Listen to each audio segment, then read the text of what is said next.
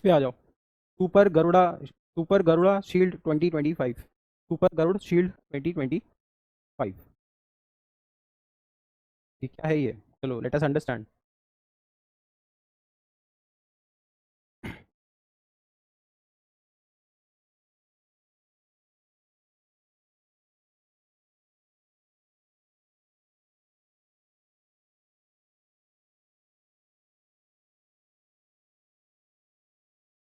What is this? Understand.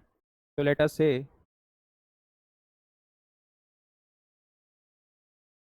This is a world map, right?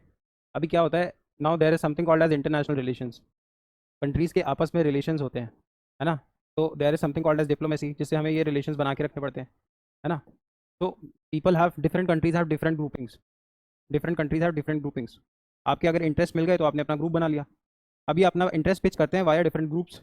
अब interest can be economic interest also, इसीलिए आप देखो BRICS बना लिया, वर्ल्ड बैंक बना दिया, IMF बना दिया, न्यू डेवलपमेंट बैंक बना दिया।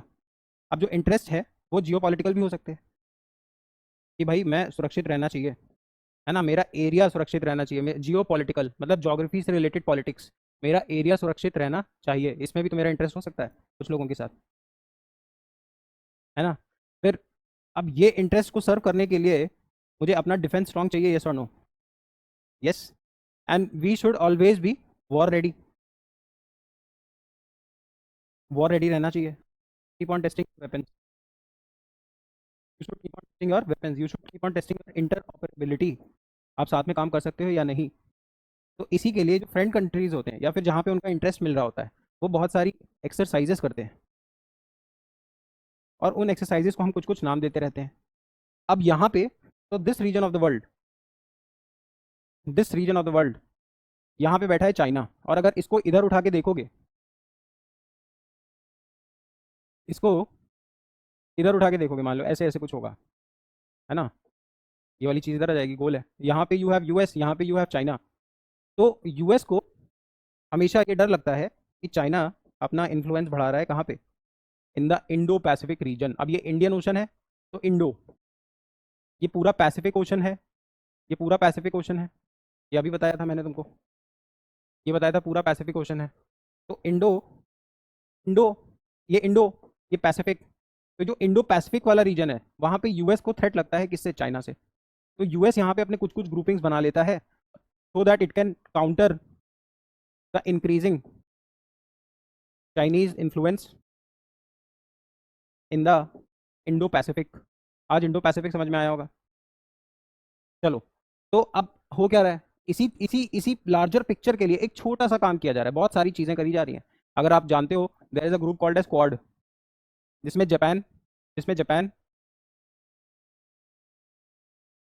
इसमें you have Japan, you have US, you have Australia, you have India. तो ये चारों देखो मिल गए, और ये चारों एक क्वाड्रिलेटरल बना रहे हैं, इसीलिए इस ग्रुप को बोलते हैं क्वाड।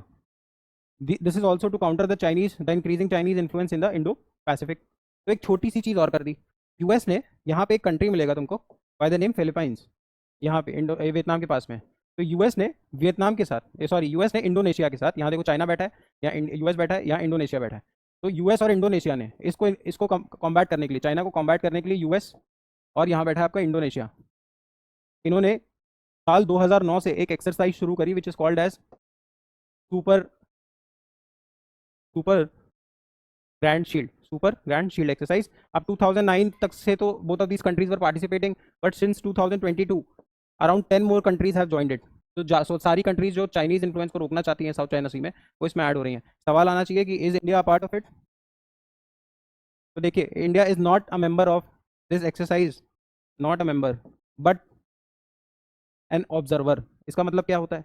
मतलब आपके पास कोई वोटिंग राइट नहीं है, आप कुछ बोल नहीं सकते हो, लेकिन आप मीटिंग में बैठ सकते हो, you can just observe it. तो we are not a full fledged member of this exercise, क्योंकि हमें चाइना को भी थोड़ा लेके चलना है ना यार। अभी देखो मोदी जी पूरा फॉरेन पॉलिसी फेल हो गया, तो हम देखो वापस चाइना के पास दौड़ के गए।